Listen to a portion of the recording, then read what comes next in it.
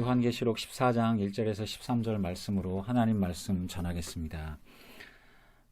오늘 말씀은 세 부분으로 나눠져서 선포하고 있습니다. 1절부터 5절은 승전가를 부르는 어린 양의 군대 14만 4천에 대한 얘기이고요. 6절부터 11절은 새 천사의 승전 메시지입니다. 그리고 12절부터 13절은 성도를 향한 격려와 위로로 말씀이 맞춰지고 있습니다. 먼저 승전가를 부르는 어린 양의 군대 14만 4천입니다. 1절에 보면 또 내가 보니 보라 어린 양이 시온산에 섰고 그와 함께 14만 4천이 서 있는데 그들의 이마에는 어린 양의 이름과 그 아버지의 이름을 쓴 것이 있더라. 이렇게 말씀하십니다. 어린 양, 즉 주 예수 그리스도께서 시온산에 계십니다. 시온산은 온 우주의 왕이신 주 예수 그리스도께서 통치하시는 곳이며 요한계시록 21장에 하늘에서 내려오는 새 예루살렘과 동일한 곳입니다. 어린 양이신 주님과 함께 14만 4천 명이 함께 서 있습니다. 이들은 상징적인 이스라엘 각 12지파로부터 택함을 받은 12명이 모인 숫자입니다. 즉 12명이 12지파 12,000명이 12지파이니 모두 14만 4천 명이 되는 것이죠. 계시록 7장 4절에 보면 내가 인침을 받은 자의 수를 들으니 이스라엘 자손의 각 지파 중에서 인침을 받은 자들이 14만 4천이니 이렇게 말씀하십니다. 이 14만 4천 명이 계시록 14장 3절에 보면 보좌 앞과 내 생물과 장로들 앞에서 새 노래를 부르니 이렇게 말씀하십니다. 이 14만 4천 명은 어린 양의 거룩한 전쟁에 참여해서 승리한 자들이고 또 짐승의 유혹으로부터 승리한 자들이며 하나님의 신실한 증인들입니다. 이들이 새 노래를 부릅니다. 우리도 그 가운데 포함되는 은혜를 받았습니다. 예수님을 구세주이자 주인으로 영접함으로 오직 구원을 받는데요. 요한복음 1장 12절에 보면 영접하는 자 곧 그 이름을 믿는 자들에게는 하나님의 자녀가 되는 권세를 주셨으니 라고 말씀하십니다. 또 요한복음 3장 16절에 보면 하나님이 세상을 이처럼 사랑하사 독생자를 주셨으니 이는 그를 믿는 자마다 멸망하지 않고 영생을 얻게 하려 하심이라 고 말씀하십니다. 오직 예수님을 구주로 영접하는 자들에게만 이 14만 4천 명에 포함되는 은혜가 주어집니다. 이 말씀을 들으시는 분들은 혹 주저하시는 분들이 있으시다면 꼭 회개하고 돌아오셔서 예수님을 영접하시기를 축원드립니다. 요한일서 1장 9절에 보면 만일 우리가 우리 죄를 자백하면 그는 미쁘시고 의로우사 우리 죄를 사하시며 우리를 모든 불의에서 깨끗하게 하실 것이요 라고 말씀하십니다.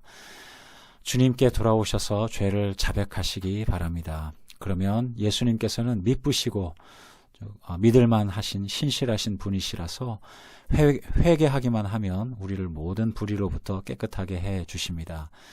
오직 예수님을 통해서만 구원을 받습니다. 요한복음 14장 6절에 예수께서 이르시되 내가 곧 길이요 진리요 생명이니 나로 말미암지 않고는 아버지께로 올 자가 없느니라 하고 말씀하십니다.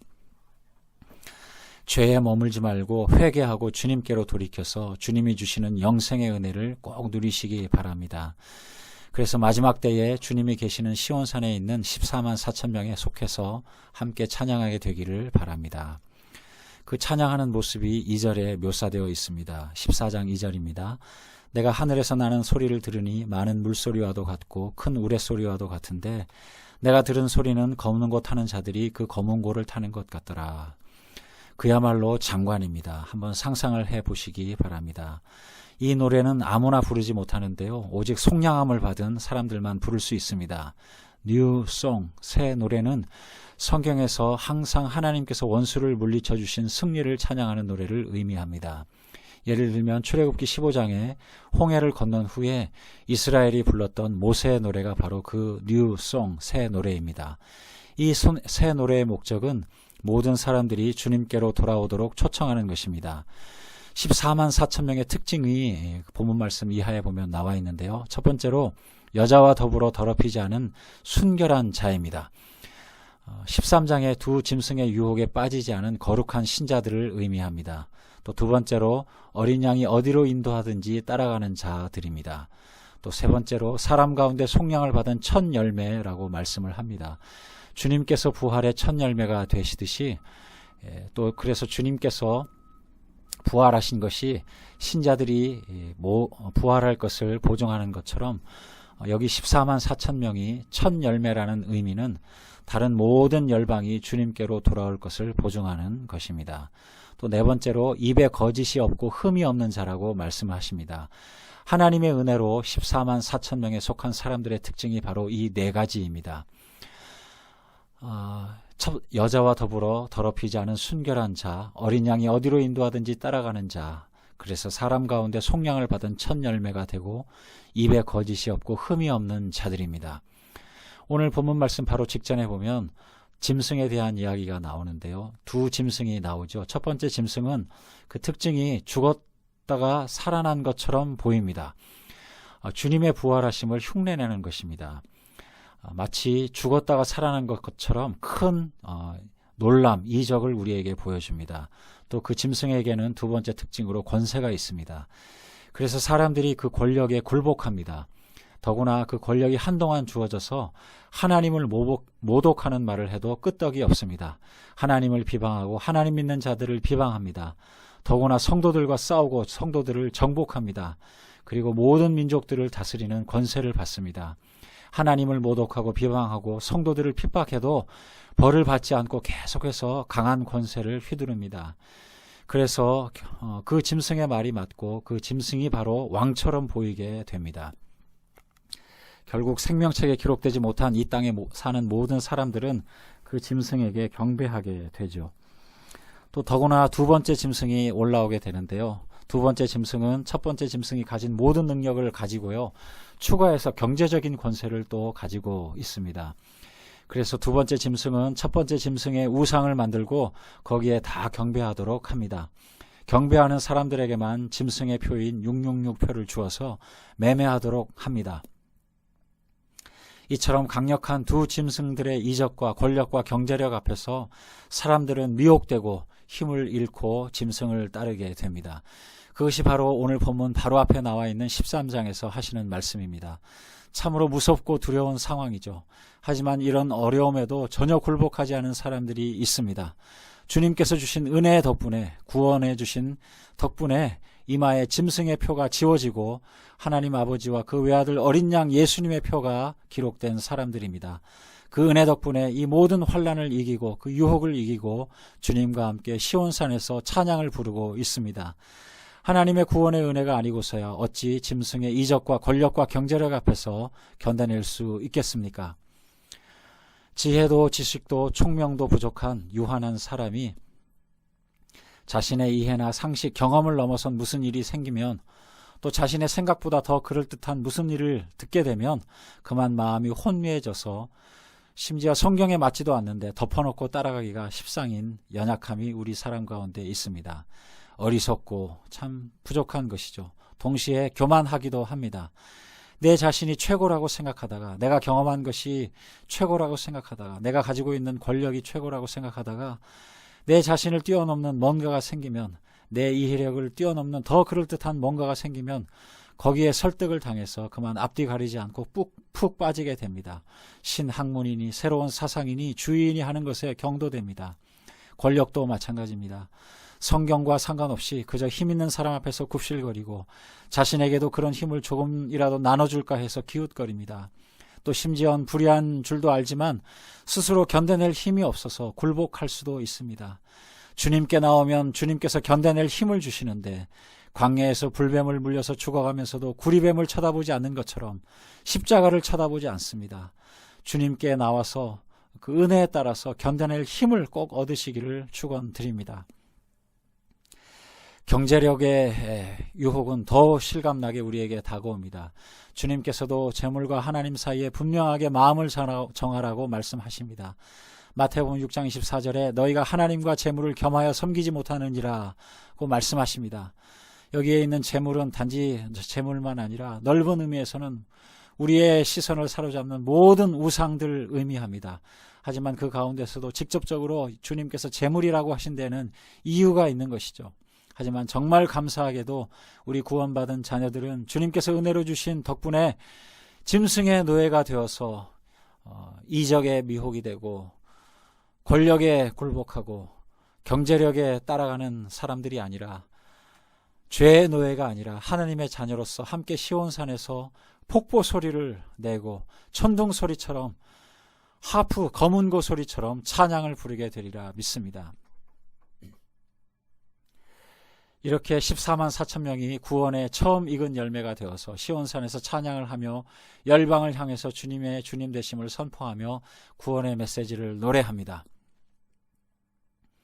이어지는 새 천사는 그 복음을 말로써 구체적으로 메시지를 전하는데요. 새 천사 가운데 첫 번째 천사는 짐승처럼 일시적으로 42개월만 존재하는 것이 아닌 영원한 복음을 전합니다. 그 복음의 내용은 하나님을 두려워하며 그분께만 영광을 돌리라는 것입니다. 계시록 14장 6절에서 7절을 보면 또 보니 다른 천사가 공중에 날아가는데 땅에 거주하는 자들 곧 모든 민족과 종족과 방언과 백성에게 전할 영원한 복음을 가졌더라. 그가 큰 음성으로 이르되 하나님을 두려워하며 그에게 영광을 돌리라. 이는 그의 심판의 시간이 이르렀음이니 하늘과 땅의 바다와 물들의 근원을 만드신 이를 경배하라 하더라. 이렇게 하나님께만 영광을 돌리도록 선포를 합니다. 두 번째 천사는 짐승의 세계 바벨론이 무너졌음을 선포합니다. 그 놀라운 권세, 바벨론의 권세가 사라졌다는 것을 선포하는 것이죠. 14장 8절에 또 다른 천사 곧 둘째가 그 뒤를 따라 말하되 무너졌도다 무너졌도다 큰 성 바벨론이요 모든 나라에게 그의 음행으로 말미암아 진노의 포도주를 먹이던 자로다 하더라. 바벨론은 모든 나라에게 음행으로 진노의 포도주를 먹여왔습니다. 바벨론을 따르면 이적이 일어나고 권력이 생기고 경제력이 실제로 생깁니다. 마치 포도주처럼 달콤해서 자꾸 마시게 되고 취하게 됩니다. 나중에는 중독이 되어서 감각이 없어집니다. 그저 행복한 듯이 보이는 삶을 살아가게 됩니다.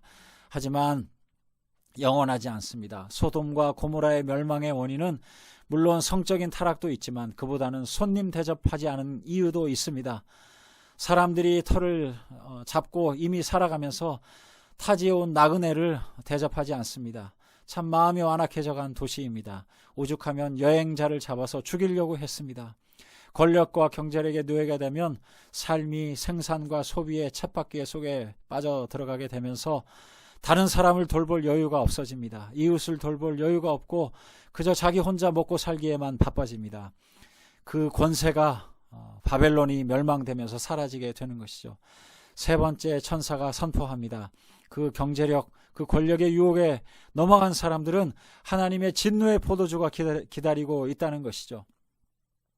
누구든지 짐승과 그의 우상에게 경배하고 이마에나 손에 표를 받으면 그도 하나님의 진노의 포도주를 마시리니 그 진노의 잔에 섞인 것이 없이 부은 포도주라. 거룩한 처사들과 앞에 어린 양 앞에서 불과 유황으로 고난을 받으리니 이렇게 선포를 하고 있습니다. 하나님의 포도주는 원액입니다. 그만큼 하나님의 진노의 강도가 강하다는 것입니다.